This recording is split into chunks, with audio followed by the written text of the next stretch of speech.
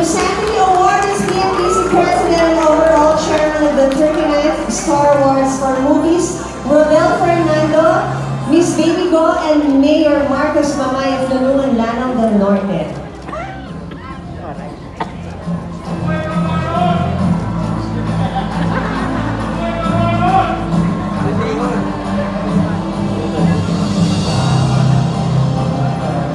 Thank you very much. Hindi na ako speechless kasi makakuha ako ng speech. Kasi long overdue na eh. 2022 namin, actually 2021 namin ginawa yung Dollhouse. And sa kaligitnaan ng pandemya, punta kami ng Netherlands at bumuo ng pelikula kasama ng Mabex Productions. Direct Marla, first time ko siya natrabaho doon at na-in-love na ako sa pag-direct niya at pag-guide sa akin bilang artista. Althea Rueda, such an amazing, great talent. My baby girl, I'll love you forever. You'll be my baby girl for the rest of my life. Well, ito na yun. Thank you. Maraming salamat kay God, no?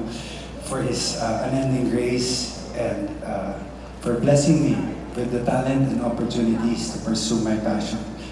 To the Philippine Movie Press Club, thank you for recognizing my work.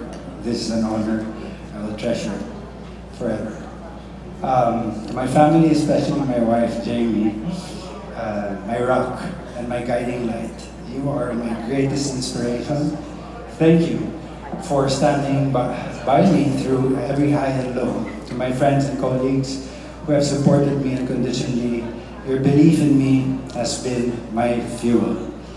Sa director ko, mention na kita, Direct Marla, sa mga co-actors ko, sa Fee, everyone, Althea. Naging pamilya ko kayo sa proyektong to. Hindi ko magagawa ito na mag-isa. Ang award na to ay para sa atin lahat, lalo na sa inyo, Direct.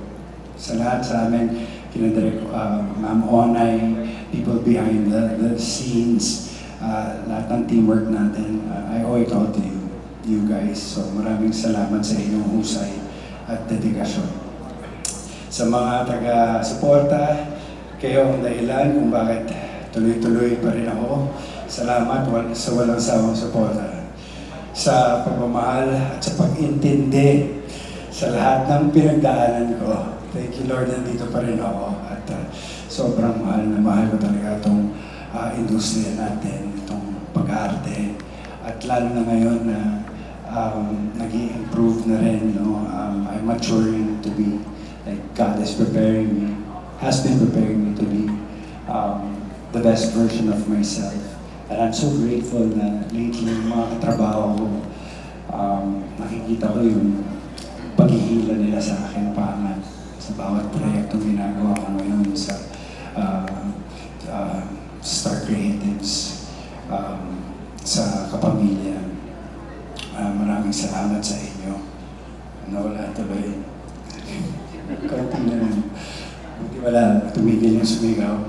Maraming salamat. So, this award is more than a trophy. It's a reminder that redemption, perseverance, and authenticity can create art that resonates. I dedicate this to everyone chasing their dreams and to anyone who believes in second chances.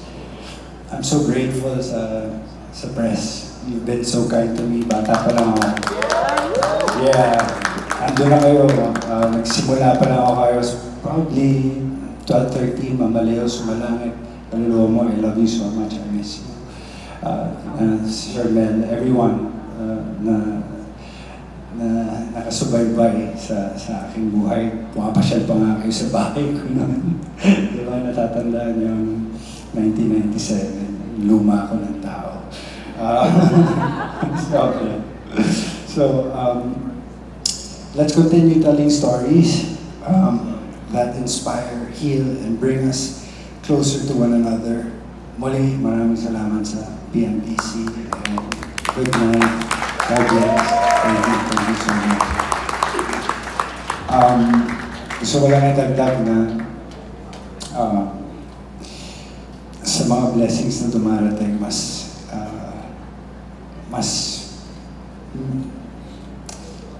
minamahal ko yung craft ko. I take it seriously and mas naintindihan ko na ngayon para saan, kung bakit ako plinase ni God dito.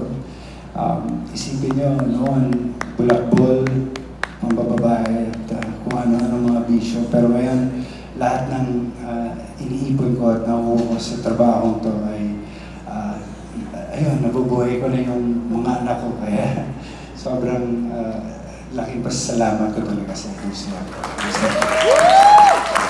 Congratulations,